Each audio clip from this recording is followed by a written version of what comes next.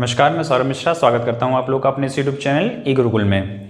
Friends, इस video में हम लोग पढ़ने वाले हैं BLI 226 की बुकलेट नंबर 4 का यूनिट नंबर 15, जिसका टाइटल है ह्यूमन रिसोर्स डेवलपमेंट।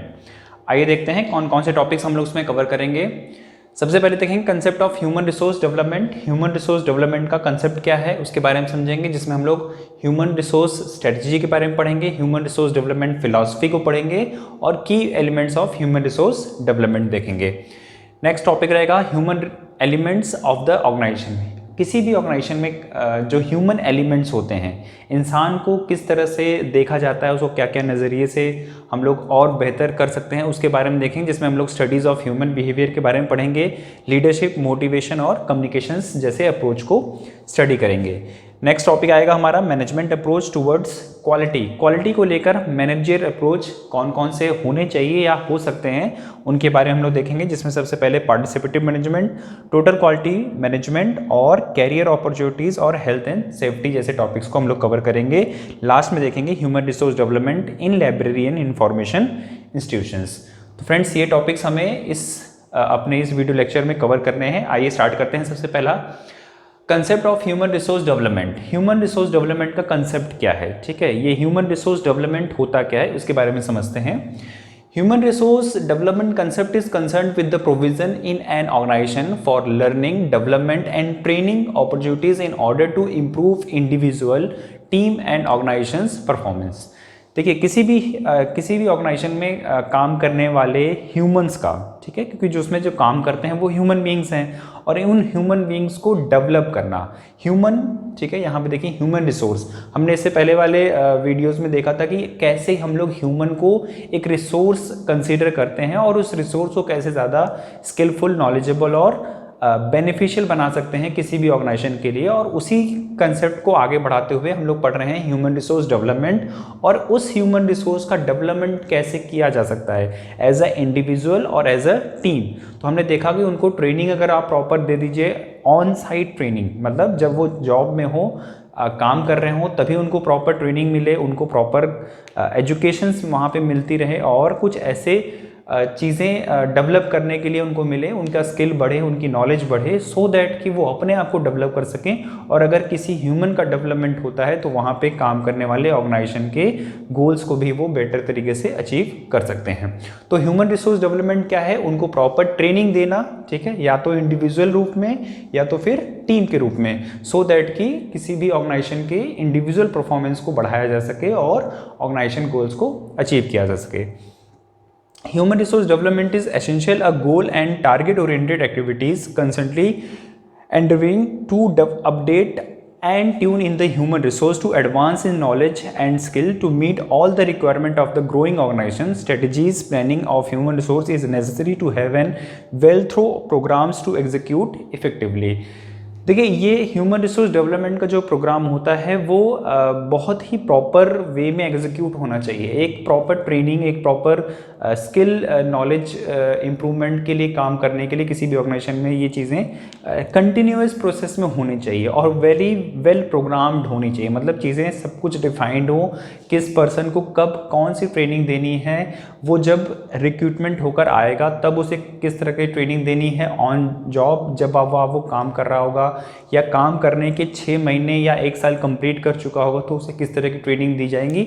इन सब चीज़ों का एक बहुत ही वेल ऑर्गेनाइज्ड प्रोग्राम होता है। और किसी भी ऑर्गेनाइजेशन में आप चाहते हैं कि आपकी जो वर्कफोर्स है वो बेहतर और प्रॉपर काम करती रहे, आपके लिए एक रिसोर्स बन के रहे, आपके ऊपर एक लायबिलिटी ना बने, उसके लिए आपको प्रॉपर वो नॉलेजेबल और स्किल ट्रेनिंग प्रोग्राम्स आपको देने होंगे किसी भी ऑर्गेनाइजेशन में, चाहे वो लाइब्रेरी इंस्टीट्यूशन हो, चाहे वो एक प्रोडक्शन इंस्टीट्यूशन हो या किसी भी तरह का सर्विस इंस्टीट्यूशन हो, आपको ये सारी चीज़ें करनी पड़ेंगी, ठीक है।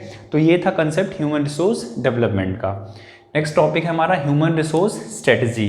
क्या स्ट्रेटजी होनी चाहिए उसके बारे में देखते हैं। Strategies, human resource development is set of program in an organization for providing facilities and opportunity for its manpower force for education, learning, development and training in order to improve individual, team and organization performance. किसी भी organisation में या तो individual या तो team या फिर किसी भी ऑर्गेनाइजेशन के कम्युनिकेटिव गोल्स को इम्प्रूव करने के लिए आप कुछ प्रोग्राम्स बनाइए, कुछ ट्रेनिंग मॉड्यूल्स सेट्स डेवलप करिए और उनके कारण आप अपने जो एम्प्लॉयज़ हैं, आपका जो इंडिविजुअल एम्प्लॉयज़ है या ग्रुप ऑफ एम्प्लॉयज़ हैं, उनको आप प्रॉपर बेहतर ट्रेनिंग दीजिए। ठीक है, देखिए it's a set of programme of an organisation. एक प्रोग्राम होना चाहिए कि कब कौन से पर्सन को किस तरह की ट्रेनिंग हम लोग इम्प्लीमेंट करेंगे इसके बारे में। तो स्ट्रेटजी, जब हम लोग स्ट्रेटजी के बारे में बात करते हैं तो प्लानिंग आती है। ठीक है, उस प्लानिंग को एग्जीक्यूट करने का कंसेप्ट आता है। तो अगर हम किसी भी प्लानिंग को एग्जीक्यूट कर रहे हैं, किसी भी प्रोग्राम को एग्जीक्यूट कर रहे हैं, तो एक तरह के हम लोग स्ट्रेटजी पे काम कर रहे हैं। और हमारी यहाँ पे स्ट्रेटजी क्या है? ह्यूमन रिसोर्स को डेवलप करने की स्ट्रेटजी है। ठीक है, जिसमें उसमें उसको एजुकेशन देना, उसको लर्निंग देना, उसको डेवलपमेंट करना, उसको प्रॉपर ट्रेनिंग देना, ये सारी चीज़ें हम लोग पहले से ही इंक्लूड करते हैं। In other words, strategies, human resource development arise for a clean vision about people's abilities and potential and operates with the overall strategies framework of an organization's goal and objectives. आप किसी भी organisation के जो goals हैं, जो भी उसके objectives हैं, उनको टारगेट्स सेट करिए, उनकी स्ट्रेटजीज़ बनाइए और उस स्ट्रेटजीज़ के अकॉर्डिंग आप अपने ह्यूमन रिसोर्स को डेवलप करिए। मतलब उनको प्रॉपर ट्रेनिंग दीजिए, उनको प्रॉपर नॉलेज दीजिए, उनको एजुकेशन उनकी प्रॉपर होनी चाहिए, उनको प्रॉपर फैसिलिटीज़ मिलनी चाहिए, हर चीज़ों को अंडरस्टैंडिंग या उनकी नई डेवलपमेंट के लिए। अगर आप ऐसा करते हैं तो आप इंडिविजुअल गोल, मतलब उस ह्यूमन को भी आप ट्रेन कर रहे हैं, नॉलेजेबल बना रहे हैं, स्किलफुल बना रहे हैं और उसका बेनिफिट कहीं ना कहीं आपके ऑर्गेनाइजेशन गोल को ज़रूर मिलेगा। नेक्स्ट टॉपिक है हमारा ह्यूमन रिसोर्स डेवलपमेंट फिलॉसफी। देखिए, फिलॉसफी, ह्यूमन को डेवलप करने की फिलॉसफी क्यों हुई, क्या डेवलपमेंट आया, या फिर कह सकते हैं कि इसके पीछे के ऑब्जेक्टिव्स को हम लोग समझने की कोशिश करेंगे कि क्यों हम लोग ह्यूमन रिसोर्स को डेवलप करना चाहते हैं। ठीक है, उनके पीछे की क्या फिलॉसफी है, क्या थॉट्स है, क्या सोच है, वो समझने की कोशिश करेंगे। इसी कड़ी में हमारे पास एक थिंकर आए थे, मिशेल आर्मस्ट्रॉन्ग। इन्होंने अपनी एक बुक लिखी जिसका टाइटल था handbook of human resource management practice. ठीक है, और इन्होंने इस बुक में कुछ हमें फिलॉसफीज दी हैं। उसका यहाँ पे एक आप देखेंगे क्रस लिखा हुआ है कि हमारे पास क्या क्या स्ट्रेटजीज होनी चाहिए, क्या क्या ऑब्जेक्टिव्स होने चाहिए, या फिर क्या फिलॉसफी हो सकती है हमारे ह्यूमन रिसोर्स डेवलपमेंट प्रोसेस के लिए। चलिए सबसे पहले देखते हैं पहला point, human resource development make a major contribution to the successful attainment of an organization's objective and their investment in benefit all the stakeholder of an organization। देखिए, कोई भी ऑर्गेनाइजेशन अगर अपने एम्प्लॉयज़ के लिए ट्रेनिंग करेगा, एजुकेशन प्रोग्राम्स चलाएगा, ठीक है, उनके लिए नए स्किल्स डेवलपमेंट सिखाने के लिए ट्रेनिंग इंस्टीट्यूशंस पे काम करेगा, तो नो डाउट उसके ऊपर कुछ खर्च किया जाएगा या उसके ऊपर कुछ एक्सपेंसेस होंगे। बट वो एक्सपेंसेस इतने कम होंगे कि जितना वो सीखने के बाद आपकी ऑर्गेनाइजेशन में प्रोडक्टिविटी को बढ़ाएगा। उसी प्रोडक्टिविटी को बढ़ाने के बिहाफ में आपके पास आपके जो इंडिविजुअल्स हैं, मतलब जो आपके पास ऑर्गेनाइजेशन में काम करने वाले इंडिविजुअल्स हैं, वो उनका बेनिफिट और जो हमारा जो ऑर्गेनाइजेशन है उनका जो बेनिफिट, इन सभी का बेनिफिट इसमें इंक्लूड होता है। इसीलिए हम लोग ह्यूमन रिसोर्स डेवलपमेंट पे काम करने के लिए इस तरह की चीज़ें डेवलप करते हैं। देखिए, कोई ऑर्गेनाइजेशन अपने वर्कर्स के ऊपर काम करे, उनको नई नॉलेज, स्किल, ट्रेनिंग दे, और कोई ऑर्गेनाइजेशन ये काम न करे, तो आप देखेंगे आज से 2 साल बाद, 3 साल बाद जिस ऑर्गेनाइजेशन ने अपने वर्कर्स के ऊपर नॉलेज, ट्रेनिंग और एजुकेशन पे काम किया होगा, वो अपने इंडिविजुअल गोल्स को भी अचीव करता होगा, अपने ऑर्गेनाइजेशन गोल को भी अचीव कर रहा होगा। और जिस ऑर्गेनाइजेशन ने ये काम नहीं किया है, वो देखेंगे आप उसी स्थिति पे जैसे वो पहले 2 साल 3 साल पहले था, वैसी ही स्थिति पे आज भी रहेगा। न तो उनके इंडिविजुअल का कोई बेनिफिट इसमें इन्वॉल्व हुआ होगा और ना ही उन्होंने कोई अपने ऑर्गेनाइजेशन गोल्स को अचीव किया होगा। इसीलिए ट्रेनिंग प्रोग्राम्स और एजुकेशन प्रोग्राम्स इंस्टीट्यूशंस में बहुत ज़रूरी होते हैं। चलिए नेक्स्ट पॉइंट देखते हैं, human resource development plans and organisation should be interacted with and support the achievement of business and human resource strategies. इसमें दोनों का बेनिफिट है। अभी आपको बताया बिजनेस का भी बेनिफिट है, मतलब हमारा जो ऑर्गेनाइजेशन है उसका जो गोल है वो भी इसमें अचीव होता है, और जो ह्यूमन रिसोर्स होते हैं हमारे पास, जो किसी भी ऑर्गेनाइजेशन का बहुत बेहतर रिसोर्स है, वो रिसोर्स भी हमारे इसमें इंक्लूड होते हैं या उसमें डेवलपमेंट होते हैं। Human resource development should always a performance rated design to achieve specific improvement of corporate, functional, team and individual performance and make major contribution to bottom line results। किसी भी ऑर्गेनाइजेशन में अगर आप ह्यूमन रिसोर्स डेवलपमेंट प्लानिंग कर रहे हैं या चीज़ें डेवलप करते हैं, तो उसमें आपके कॉर्पोरेट गोल्स, आपके इंडिविजुअल गोल्स, आपके ऑर्गेनाइजेशन गोल्स, सभी गोल्स को एक तरह से अचीव किया जा सकता है अगर आप human resource development training programmes, skill, ये सब चीज़ें आप ऑर्गेनाइजेशन में कर रहे हैं। तो आपके सभी तरह के बेनिफिट्स को आप इंजॉय कर पाएंगे और आप देखेंगे एक टाइम की पीरियड के बाद जब आपके पास आपकी एक ऐसी टीम डेवलप होगी जो बहुत ज़्यादा स्किलफुल होगी, बहुत ज़्यादा नॉलेजेबल होगी, तो आपको इसके बेनिफिट्स ज़रूर मिलेंगे। Everyone in the organization should be encouraged and give the opportunity to learn, to develop and their skills and knowledge to the maximize their capacity। आप किसी भी इंडिविजुअल की कैपेसिटी को मैक्सिमाइज करने के लिए, उस इंडिविजुअल को बेहतर नॉलेज देने के लिए, उस इंडिविजुअल को बेहतर स्किल देने के लिए अगर आप काम करते हैं तो उसका डेवलपमेंट आप सभी ऑर्गेनाइजेशंस के इंस्टीट्यूशन में, सभी ऑर्गेनाइजेशंस के जितने भी डिपार्टमेंट्स हैं उनको आपको मिलेगा। Personal development process provide the framework of individual learning including behavior upliftment conducive to a total growth of an individual। किसी भी इंडिविजुअल के टोटल ग्रोथ के लिए आपको लगना चाहिए, उस इंस्टीट्यूशन को या उस इंस्टीट्यूशन में काम करने वाले किसी भी एम्प्लॉय को ये लगना चाहिए कि मेरा यहाँ पे जो ग्रोथ है वो इंडिविजुअल ग्रोथ है। मैंने खुद अपने आप में ये बेहतरीन मैंने अपने आप में नोटिस की है कि जब मैं इंस्टीट्यूशन में आया था उससे पहले और आज जब मैं आया हूँ तब मेरे अंदर क्या क्या डेवलपमेंट हुए हैं, क्या क्या इम्प्रूवमेंट हुए हैं।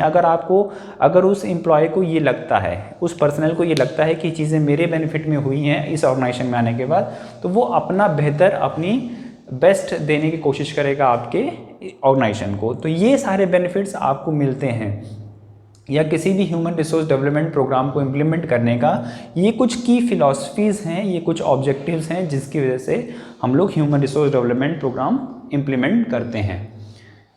Key elements of human resource development. Human resource developments का की एलिमेंट्स क्या है, क्या क्या ऐसी चीज़ें हैं जो ह्यूमन रिसोर्स डेवलपमेंट में होनी ही चाहिए अगर हम लोग उसको इम्प्लीमेंट कर रहे हैं। तो इसमें सबसे पहले देखते हैं the key element of human resource are development to intellectual knowledge, various technical skills of the human resource and aid self development in all its dimensions। सबसे बेस्ट चीज़ है किसी भी ह्यूमन रिसोर्स डेवलपमेंट को उस इंडिविजुअल को knowledgeable बनाना, उसको और ज़्यादा एजुकेट करना, उसको कुछ और नई स्किल्स दिखाना या समझाना, उसको बता देना, सो दैट कि वो अपने आप को बेनिफिटेड महसूस करे, अपने आप को ज़्यादा नॉलेजेबल, अपने आप को ज़्यादा एजुकेटेड, अपने आप को ज़्यादा स्किलफुल महसूस करे। और जब वो उस ऑर्गेनाइजेशन में काम करते हुए इन सब चीज़ों को महसूस करेगा तो वो ऑब्वियस सी बात है कि अपने ऑर्गेनाइजेशन को इसका बेनिफिट किसी न किसी फॉर्म में ज़रूर देगा। तो क्या की एलिमेंट्स हैं किसी भी ऑर्गेनाइजेशन में या ह्यूमन रिसोर्स डेवलपमेंट के जो की एलिमेंट्स हैं, किसी भी इंडिविजुअल को आप ट्रेनिंग दीजिए प्रॉपर, ठीक है, उसको अच्छी एजुकेशन दीजिए और भी ज़्यादा नॉलेजेबल बनाइए और उसको कुछ नई स्किल्स ज़रूर सिखाइए अपने ऑर्गेनाइजेशन में, सो दैट कि वो अपने आप को बेनिफिटेड महसूस कर सके। इसके जो और की एलिमेंट्स हैं जिसमें पहला है लर्निंग। हर ऑर्गेनाइजेशन में काम करने वाले इंडिविजुअल्स को कुछ नया सीखना है, कुछ नया लर्न करना है और लर्निंग एक कंटिन्यूअस प्रोसेस है। आज कुछ सीखा है, कल फिर कुछ सीखेंगे, परसों कुछ और सीखेंगे। मतलब जब तक आप ऑर्गेनाइजेशन में हैं, जब तक आपकी लाइफ है, तब तक आप कुछ न कुछ नया लर्न कर रहे हैं और इसी लर्निंग प्रोसेस को आप हमेशा अपने ऑर्गेनाइजेशन में कंटिन्यू रखिए। अगर आप अपने ऑर्गेनाइजेशन में लर्निंग प्रोसेस को कंटिन्यू रखते हैं तो आपके जो स्किलफुल वर्कर्स हैं या जो आपके पास इंडिविजुअल्स हैं वो अपने आप को बेहतर और ज़्यादा मोटिवेटेड फील करेंगे, ठीक है। वो इंडिविजुअल का बेनिफिट होगा बट वो किसी न किसी रूप में आपको ऑर्गेनाइजेशन का बेनिफिट मिलेगा। एजुकेशन, लर्निंग के साथ साथ आपको नई एजुकेशन का मतलब है कुछ नया सीखना, ठीक है। लर्निंग एक कंटिन्यूअस प्रोसेस है, लाइफ लॉन्ग चलती है और एजुकेशन में आप देखते हैं कि किसी भी इंडिविजुअल को कुछ नया सिखाना। सपोज़ करिए मैं एग्जांपल लेता हूँ, आप किसी फैक्ट्री में कोई वर्कर हैं, आप एज ए मैनेजर हैं और आप अपने एम्प्लॉयज़ को कुछ नया सीखने के लिए, ठीक है, कुछ नया बताने के लिए एजुकेट करते हैं, ठीक है, उनको किसी तरह की नई इन्फॉर्मेशन या नए नॉलेज से आप उनको रूबरू कराते हैं तो वो अपने आप में बेनिफिटेड फील करते हैं, अपने आप को समझते हैं कि मेरे पास कल से ज़्यादा बेहतर इन्फॉर्मेशन, कल से ज़्यादा बेहतर नॉलेज है और उसका इम्प्लीमेंटेशन कहीं ना कहीं किसी न किसी रूप में वो अपने ऑर्गेनाइजेशन में करते हैं। प्रॉपर टाइम पे उनको हर एक प्रॉपर इंटरवल में ट्रेनिंग मिलनी चाहिए। ठीक है, ट्रेनिंग का मतलब होता है उनको कुछ नए काम को सिखाना। ऑन जॉब करके ही, या तो आप ऑन जॉब मतलब अपने ही ऑर्गेनाइजेशन में काम करते हुए उनको कुछ नए नए डिपार्टमेंट्स में भेजिए और हर डिपार्टमेंट क्या काम करता है, कैसे काम करता है, उसके बारे में उनको इन्फॉर्मेशन दीजिए, या फिर किसी दूसरे इंस्टीट्यूशन में भेजकर किसी दूसरे जगह पे भेजकर उनको क्या काम करना है, कैसे करना है, इसके बारे में अगर आप इंफॉर्मेशन देते हैं तो ये कहलाता है ट्रेनिंग। तो किसी भी ह्यूमन रिसोर्स डेवलपमेंट के जो की एलिमेंट्स होते हैं उसमें हमने देखा लर्निंग, कुछ नया सीखना, एजुकेशन, कुछ नई इन्फॉर्मेशन का डे बाय डे इम्प्लीमेंट करना, और टाइम टू टाइम पे नए तरह के स्किल्स या फिर इंफॉर्मेशन के लिए आपको ट्रेनिंग मॉड्यूल्स का इम्प्लीमेंटेशन करना। तो ये थे हमारे कुछ key elements of human resource development. Next point देखते हैं, human resource of an organisation. किसी भी इंस्टीट्यूशन के लिए या ऑर्गेनाइजेशन के लिए ह्यूमन रिसोर्स क्या है? Human resource development strategy should be include as much as possible the human element of the organization. For instance, what cause human being to act the way they do? The next question is, what need to this staff have? How should the workers be treated to be most productive? देखिए, किसी भी human resource development, human resource को जब आप कभी किसी organisation में human resource के बारे में स्टडी कर रहे हो तो आप देखेंगे कि आपका जो स्टाफ है वो एज ए ह्यूमन आप उसको किस तरह से ट्रीट कर रहे हैं। ठीक है, what cause being human being act base, किस तरह से आप उसको मतलब किस तरह से आप उसके साथ बिहेव कर रहे हैं उसके बारे में आपको समझना होगा। क्या आपका जो स्टाफ है, what need do the staffs है, आपके जो स्टाफ्स की नीड है वो क्या है, क्या चाहता है आपसे, किस तरह की ट्रीटमेंट आपसे वो एक्सेप्ट कर रहा है। How should the workers be treated most productive, और किस तरह से उनको हम ज़्यादा प्रोडक्टिव तरीके से ट्रीट कर सकते हैं। In the ultimate goal of the organisation to be more effective and efficient, it is then observe that the people who work on organisations are the key factors of achieving success. किसी भी organisation में जो वहाँ पे काम करने वाले workers हैं, स्टाफ्स हैं, वो एक्चुअल में की एलिमेंट्स हैं आपके ऑर्गेनाइजेशन के किसी भी गोल को अचीव करने के लिए। और अगर आप उनके साथ प्रॉपर वे में एक्ट करते हैं, उनके साथ अच्छा ट्रीट करते हैं, तो किसी न किसी रूप में आपको भी इस चीज़ का कभी न कभी बेनिफिट मिलेगा। और कैसे ट्रीट करना है, क्या करना है, उसके बारे में हम लोग ने हमें कुछ स्ट्रेटजीज़ के बारे में पढ़ना होगा, या बहुत सारी स्टडीज़ हुई हैं इनके बारे में, जिसके बारे में हम लोग कुछ पढ़ने जा रहे हैं। सबसे पहले देखते हैं studies of a human behaviour.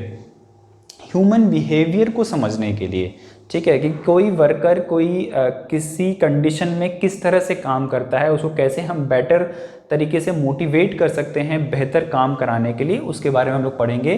जिसमें सबसे पहले देखेंगे द हार्थोन स्टडीज़। ठीक है, हम लोग स्टडीज़ के बारे में पढ़ने जा रहे हैं कि हमें ह्यूमन बिहेवियर को समझने के लिए कौन कौन सी स्टडीज़ हुई हैं। तो हमने मेन 3 स्टडीज़ के बारे में हमें पढ़ना है। सबसे पहले देखेंगे हार्थोन स्टडी, जो एल्टन म्यो ने की थी, McGregor theory of X and Y, यहाँ पे देखेंगे कि ये क्या है, और फिर देखेंगे मैस्लो का हायरार्की ऑफ नीड थ्योरी।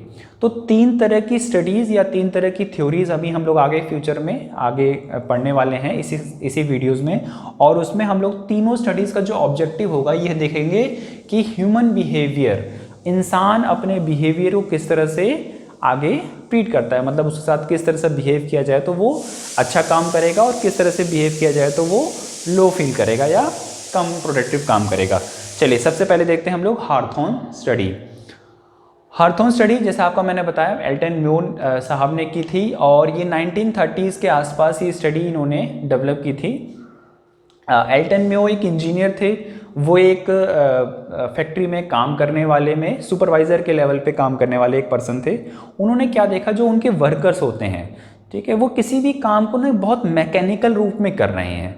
मतलब वो अगर देख रहे हैं कि इस तरीके का काम बार बार वो रिपीट कर रहे हैं, मतलब फावड़े से कोई काम कर रहा है, फावड़ा भी उनका बहुत हैवी है, उस पर काम करना ज़्यादा प्रोडक्टिव नहीं है। अगर उसका वेट थोड़ा सा लेस कर दिया जाए तो हो सकता है कि उस फावड़े को और ज़्यादा प्रोडक्टिव वे में इस्तेमाल किया जा सकता था। ऐसी बहुत सारी चीज़ें उन्होंने स्टडी की थी, और उस स्टडी से, उस हार्थोन स्टडी से उन्होंने एक चीज़ डेवलप की कि अगर आप अपने जो वर्कर्स हैं उनको बेहतर कंडीशन दें, ठीक है, उनको बेहतर रेस्ट दें। क्योंकि उन्होंने ये समझा ना कि जो एल्टन म्यो उन्होंने ये समझा कि इंसान जो वर्कर है वो एक इंसान है, इंसान के रूप में काम कर रहा है। उसको थकान लग सकती है, उसको प्यास लग सकती है। अगर उसको मोटिवेट करना है तो थोड़ा सा कुछ ऐसे फैक्टर्स पे काम किया जा सके जिससे वो ज़्यादा प्रोडक्टिव वे में काम कर सके। उसके साथ जो काम करने वाली मशीनें हैं, अगर उनको थोड़े से मॉडिफाई हम लोग कर दें तो हो सकता है कि ये मशीनें ज़्यादा प्रोडक्टिव रूप में बेनिफिट कर सकें हमारे जो वर्कर्स हैं। उन्होंने सबसे पहले देखा कि ह्यूमंस को ह्यूमन ट्रीट नहीं किया जा रहा है। एल्टन मेयो ने ये समझा कि हमारा जो वर्किंग सिस्टम है उसमें ये देखा ही नहीं जा रहा, वो समझा ही नहीं जा रहा कि ये जो काम करने वाले लोग हैं वो इंसान हैं। अगर इनको एक इंसान के रूप में ट्रीट किया जाएगा तो हो सकता है कि हम कुछ ऐसी स्ट्रेटजीज़ पे काम करें, कुछ ऐसे कुछ नॉलेज उनको दें, कुछ ऐसी स्किल्स उनको हम प्रोवाइड कराएं जिससे वो बेहतर काम कर सकें। तो एल्टन मेयो ने सबसे पहले समझा कि जो काम करने वाले वर्कर्स हैं वो इंसान नहीं ट्रीट किए जा रहे हैं, उनको एज अ मशीन ट्रीट किया जा रहा है। उनके जो काम के घंटे हैं वो 12 घंटे निर्धारित कर दिए गए हैं। अब उस 12 घंटे में प्रोडक्शन कितना हो रहा है इसके बारे में किसी ने नहीं समझा। मतलब ये बोल दिया गया है कि आपको 12 घंटे काम करना है तो आपको 12 घंटे लगा दिया गया है। आपका आने का टाइम नोट कर लिया, आपके जाने का टाइम नोट कर लिया, ये इनफ था। बीच में आपने क्या काम किया, कितनी प्रोडक्टिविटी से काम किया, इसके बारे में किसी ने आपसे कुछ नहीं समझा। तो लेकिन एल्टन मेयो ने इस बारे में ऑब्जर्वेशन किया, उन्होंने इस बात को नोटिस किया कि मेरे वर्कर सिर्फ आना और जाने के फोकस करते हैं, क्योंकि मैं कितने बजे आया हूँ और कितने बजे मुझे जाना है। बीच में उन्होंने क्या काम किया इसके ऊपर कोई बात नहीं करता है। और जब वो वर्कर्स काम करते हैं तो उनके साथ अनह्यूमन कंडीशंस में उनसे काम कराया जा रहा है। 12 घंटे काम कर रहे हैं, फावड़े मतलब किसी भी मशीन पे जो काम करते हैं वो कैसे प्रॉपर और बेहतर इक्विपमेंट में चल सकती है उसके बारे में किसी ने समझा नहीं। ठीक है, तो हार्थोन स्टडी का ये कंक्लूजन निकल के आया था कि ह्यूमंस को ह्यूमन नहीं ट्रीट किया जा रहा है, उनके वर्किंग कंडीशंस को प्रॉपर नहीं समझा जा रहा है, उनके ऊपर कोई नॉलेज, उनको नया स्किल, उनको नई ट्रेनिंग देने का कोई किसी के पास टाइम नहीं है। उनको जो उनका जो वर्किंग कल्चर है वो ये है कि आप बस आइए कितने बजे और जाना कितने बजे है, इसके बीच में 12 घंटे का गैप होना चाहिए। बीच में आपने कितनी प्रोडक्टिविटी से काम किया है इसके ऊपर कोई भी आपसे बात नहीं कर रहा है। तो इन सब चीज़ों को स्टडी करने के बाद उन्होंने समझा और कुछ अपने रिजल्ट्स दिए, कुछ अपने उन्होंने सुझाव दिए थे जिसमें ये था कि ह्यूमंस को ह्यूमन ट्रीट किया जाए, उनकी कंडीशंस को बेहतर किया जाए। 12 घंटे जगह अगर वो 10 घंटे काम करें, बीच में अगर 1 घंटे का 2 घंटे का रेस्ट दे दिया जाए तो रेस्ट करने के बाद ह्यूमन और बेहतर तरीके से और बेहतर प्रोडक्टिव तरीके से काम कर सकता है। उनके जो काम करने की मशीनें हैं उनको अगर थोड़ा सा मॉडिफाई किया जाए, प्रॉपर वे में उनको सही किया जाए तो वो अपने मशीनों को ज़्यादा प्रोडक्टिव वे में इस्तेमाल कर सकते हैं और अच्छा काम करने के लिए। ठीक है, तो ये था हमारे हार्थोन स्टडीज़। हार्थोन स्टडीज़ में एल्टन मेयो ने ये सब चीज़ें डिस्कस की थी। यहाँ पे आप चीज़ें लिख सकते हैं, यहाँ पे देख सकते हैं कि आप किस तरह से उसको बेहतर बनाया गया था। नेक्स्ट स्टडी है McGregor theory X and Y. एक साहब, एक हमारे थिंकर्स हुए थे मैकग्रेगर, इन्होंने 2 तरह के लोगों को देखा। मतलब इन्होंने फोकस किया था मैनेजर के ऊपर। एल्टन मेयो ने फोकस किया था अपने वर्कर्स के ऊपर और मैकग्रेगर ने फोकस किया था मैनेजर्स के ऊपर जो काम करवाते हैं लोगों से। ठीक है, और इन्होंने देखा कि 2 तरह के मैनेजर हैं। एक तरह के मैनेजर को इन्होंने बोला थ्योरी एक्स टाइप के मैनेजर और एक तरह के मैनेजर्स को बोला उन्होंने थ्योरी वाई टाइप के मैनेजर्स। तो 2 तरह के मैनेजर्स को उन्होंने देखा, मतलब स्टडी करने के बाद, सभी मैनेजर्स को स्टडीज़ करने के बाद इन्होंने 2 तरह के मैनेजर्स को डिवाइड किया, जिसमें सबसे पहले है थ्योरी एक्स टाइप के मैनेजर। और ये थ्योरी एक्स टाइप के मैनेजर्स बहुत ही नकारात्मक रूप के मैनेजर्स होते हैं। मतलब ये सोचते हैं कि मेरा वर्कर काम नहीं करना चाहता, उसको प्रॉपर ह्यूमन कंडीशंस में काम नहीं करने नहीं देना चाहिए सो दैट कि वो आलसी ना हो जाए।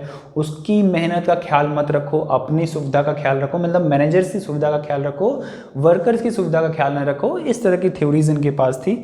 जैसे इन्होंने बोला कि जो वर्कर्स होते हैं, ठीक है, वो क्या करते हैं, managers assume that their workers, वो डिसलाइक देयर वर्क्स, वो अपने काम को करना नहीं चाहते हैं, वो उनको डिसलाइक करते हैं। अवॉइड रिस्पॉन्सिबिलिटीज़, जो वर्कर्स होते हैं वो अपने काम की जो रिस्पॉन्सिबिलिटीज़ हैं उनको अवॉइड करना चाहते हैं, उनको वो सही नहीं करते हैं। Have to been controlled force and threaten to be delivered work, उनको हमेशा मारना है, उनको हमेशा थ्रेट करना है सो दैट कि वो काम करते रहें। उनको हमेशा सुपरविज़न की ज़रूरत पड़ती है, हर कदम पे 24 आवर उनके ऊपर आप सर्विलांस जैसा कैमरा लगा के बैठे रहिए और उनको देखते रहिए। तो कुछ इस तरह के जो अपने वर्कर्स के ऊपर नेगेटिव थॉट रखते थे, ठीक है, उनको वो चाहते थे कि हमेशा इनको वर्कर्स को देखना है, ट्रीट करना है, उनको प्रॉपर वे नॉलेज नहीं देना, उनको स्किल्स नहीं देनी है, ऐसा नहीं समझते थे ये वर्कर थ्योरी एक्स वाले जो मैनेजर्स होते थे, ठीक है। इनका एक नकारात्मक अप्रोच था अपने वर्कर्स को लेकर।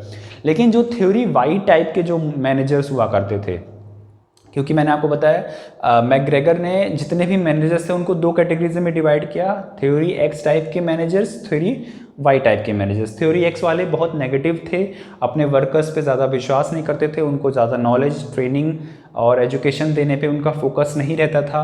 बट थ्योरी वाई टाइप के जो मैनेजर्स होते थे वो क्या मानते थे, happy to work their own innovations, मतलब कि जो हमारे वर्कर्स होते हैं, जो थ्योरी वाई टाइप के मैनेजर्स होते हैं, वो ये सोचते हैं कि वर्कर्स खुद मोटिवेटेड होता है काम करने के लिए अगर उनको प्रॉपर कंडीशंस दी जाए, ठीक है।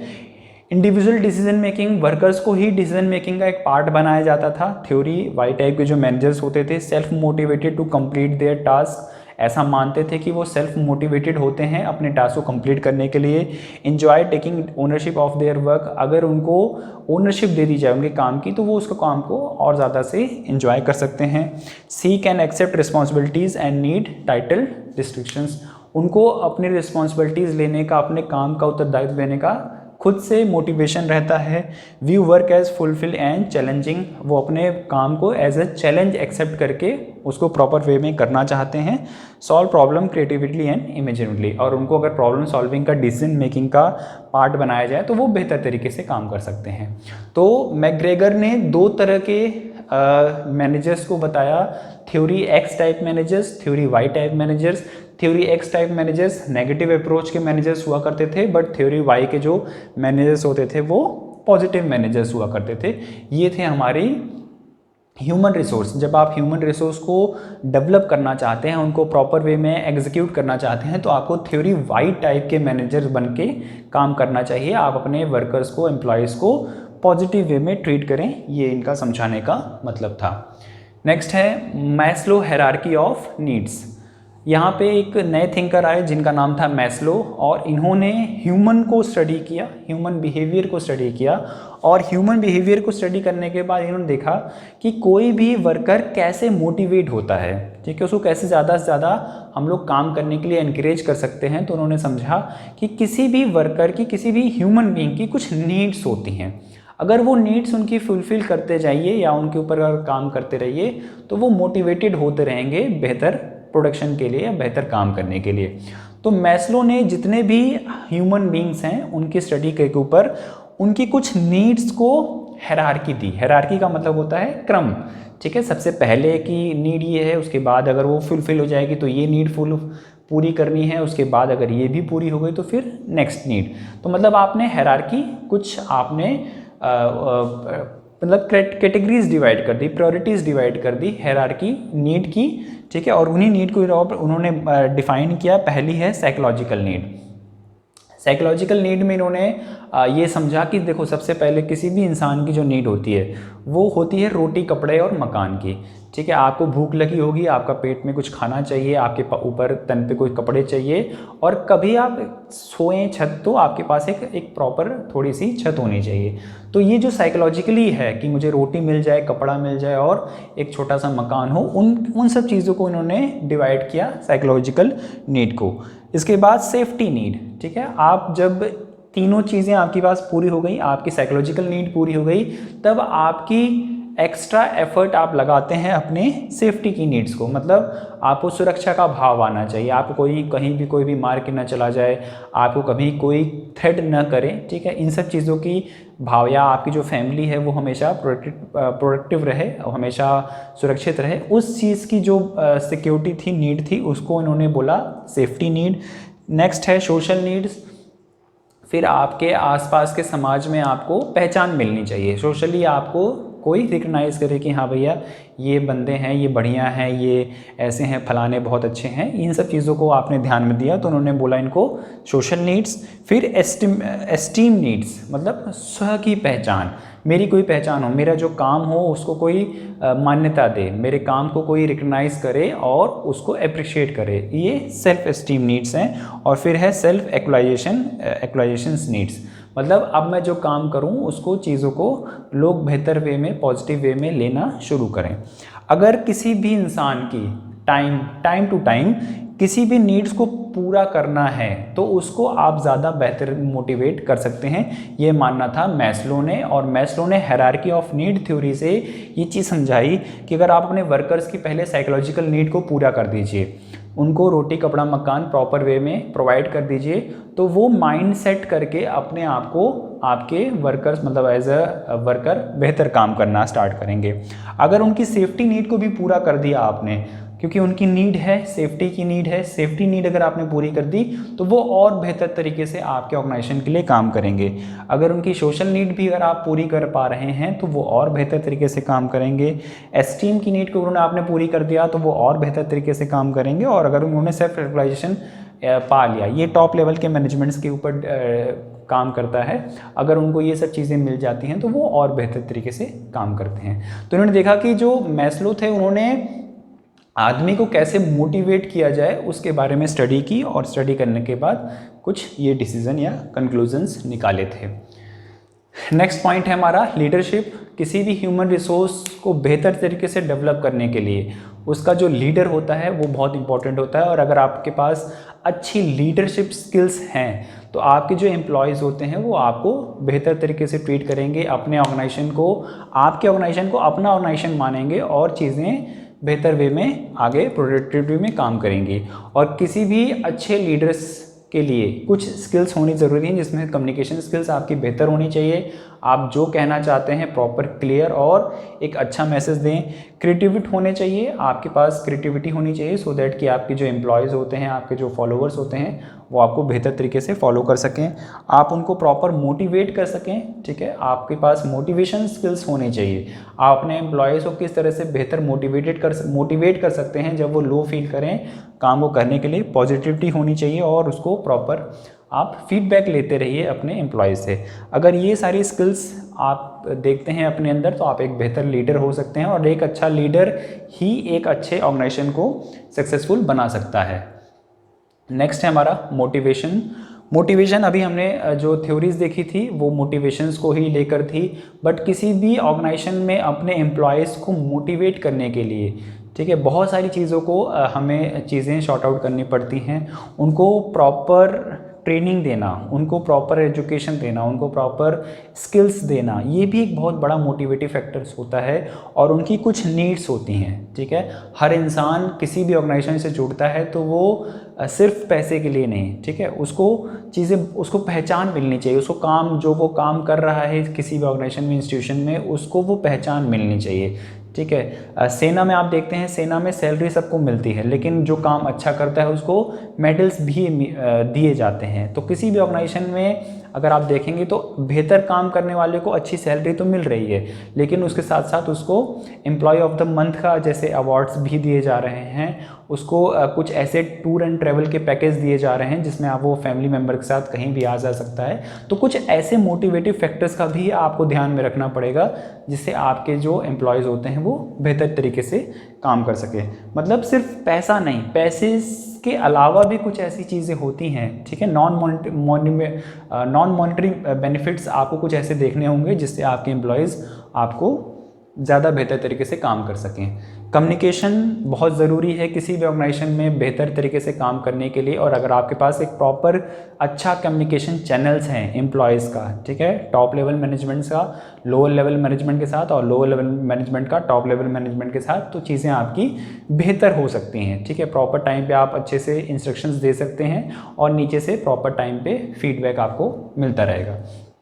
इन सब चीज़ों को करने के लिए आपको कम्युनिकेशंस बेहतर करना पड़ेगा। और कम्युनिकेशन का जो हम लोग ने चैप्टर्स, हम लोग का जो यूनिट 2 to 5 है उसमें बेहतर तरीके से आप ये कम्युनिकेशन समझ सकते हैं, जिसमें हम लोग ने verbal communication, non verbal communication, written communication, listening और विजुअल कम्युनिकेशन, इन सब टॉपिक्स के ऊपर हमने वहाँ पे चीज़ें अच्छे से पढ़ी हैं या डिस्कस की हैं। आप वहाँ पे ये सब चीज़ें देखते हैं। वर्बल कम्युनिकेशन जो बोल के किया जाता है, नॉन वर्बल जिसमें लिख कर या बोल कर कम्युनिकेट नहीं किया जाता है, इशारों में, ठीक है, जो आई कांटेक्ट से या बॉडी लैंग्वेज से कम्युनिकेशन होता है वो है रिटन कम्युनिकेशन, जो रिटन में किया जाता है। लिसनिंग, जो मैं बोल रहा हूँ जो आप सुन रहे हैं वो लिसनिंग है, ये भी कम्युनिकेशन का एक इम्पॉर्टेंट पार्ट है। और विजुअल कम्युनिकेशन जिसमें चीज़ें हाव भाव से या फिर मतलब एक तरह का पिक्चराइजेशन करके जो हम लोग कम्युनिकेट करते हैं वो यहाँ पे कम्युनिकेशन का आधा है। नेक्स्ट पॉइंट है हमारा management approach towards quality. Quality को लेकर मतलब क्वालिटी यहाँ पे सर्विस क्वालिटी या प्रोडक्ट क्वालिटी के बारे में हम लोग दोनों के बारे में डिस्कस करेंगे, जिसमें सबसे पहले हम देखेंगे पार्टिसिपेटिव मैनेजमेंट, यानी क्वालिटीज़ को कैसे बेहतर किया जा सकता है उसके बारे में समझेंगे। इसमें पहला अप्रोच है पार्टिसिपेटिव मैनेजमेंट और दूसरा है टोटल क्वालिटी मैनेजमेंट अप्रोच। सबसे पहले देखते हैं पार्टिसिपेटिव मैनेजमेंट। नाम से ही क्लियर हो रहा है पार्टिसिपेटिव मैनेजमेंट, मतलब आपको क्वालिटी इंप्रूव करनी है, ठीक है, आपको अपनी सर्विस की क्वालिटी इंप्रूव करनी है, आपको अपने प्रोडक्ट की क्वालिटी इंप्रूव करनी है। तो आप क्या करिए, आपके जो मैनेजर्स हैं, आपके जो वर्कर्स हैं, उनको पार्टिसिपेट कराइए प्रोडक्शन में, उनको पार्टिसिपेट कराइए डिसीजन मेकिंग में, उनको पार्टिसिपेट कराइए आप जो वहाँ पे जब डिसीज़न ले रहे हों, डिसीजन लेते समय जो भी उस समय की नॉलेज या स्किल्स चाहिए उनमें उनका आप पार्टिसिपेट करा दीजिए।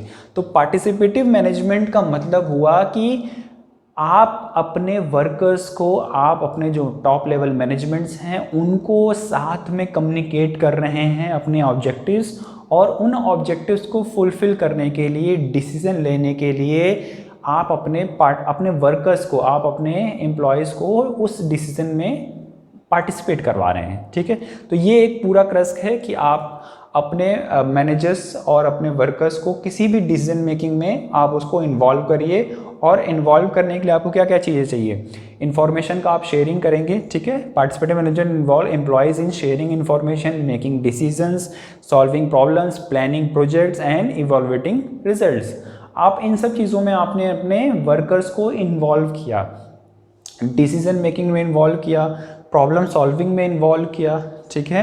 प्लानिंग करते समय आपने जब प्रोजेक्ट के लिए प्लानिंग कर रहे थे उसमें आपने उनको इन्वॉल्व किया, और ये सब चीज़ें जब आप करते हैं तो नो डाउट आपका प्रोडक्शन लेवल बढ़ता है, आपकी जो क्वालिटी होती है, क्योंकि हम लोग क्वालिटी मैनेजमेंट के बारे में पढ़ रहे हैं, तो आपकी क्वालिटी अपने आप इम्प्रूव होगी। क्यों इम्प्रूव होगी? क्योंकि आपके वर्कर्स ने अपना बेस्ट पार्ट काम करने के लिए इसमें दिया है, ठीक है। नेक्स्ट पॉइंट है हमारा ओके, एडवांटेजेस क्या है पार्टिसिपेटिव मैनेजमेंट के? हाई प्रोडक्टिविटी मिलती है, सुपीरियर क्वालिटी मिलती है, वाइडर एक्सेप्टेबिलिटी मिलती है। डिसएडवांटेजेस क्या क्या होते हैं? इम्प्लीमेंटेशन करना मुश्किल हो जाता है, बहुत सारे लोग जब डिसीजन मेकिंग में आएंगे तो उसको इम्प्लीमेंट करना मुश्किल हो जाएगा। ग्रुप डिस्कशन मेकिंग, ठीक है, ग्रुप डिस्कशन थोड़ा सा डिसीजन लेने में प्रॉब्लम करता है, और क्वालिटी डिसीजन थोड़ा सा यहाँ पे वीक हो जाता है।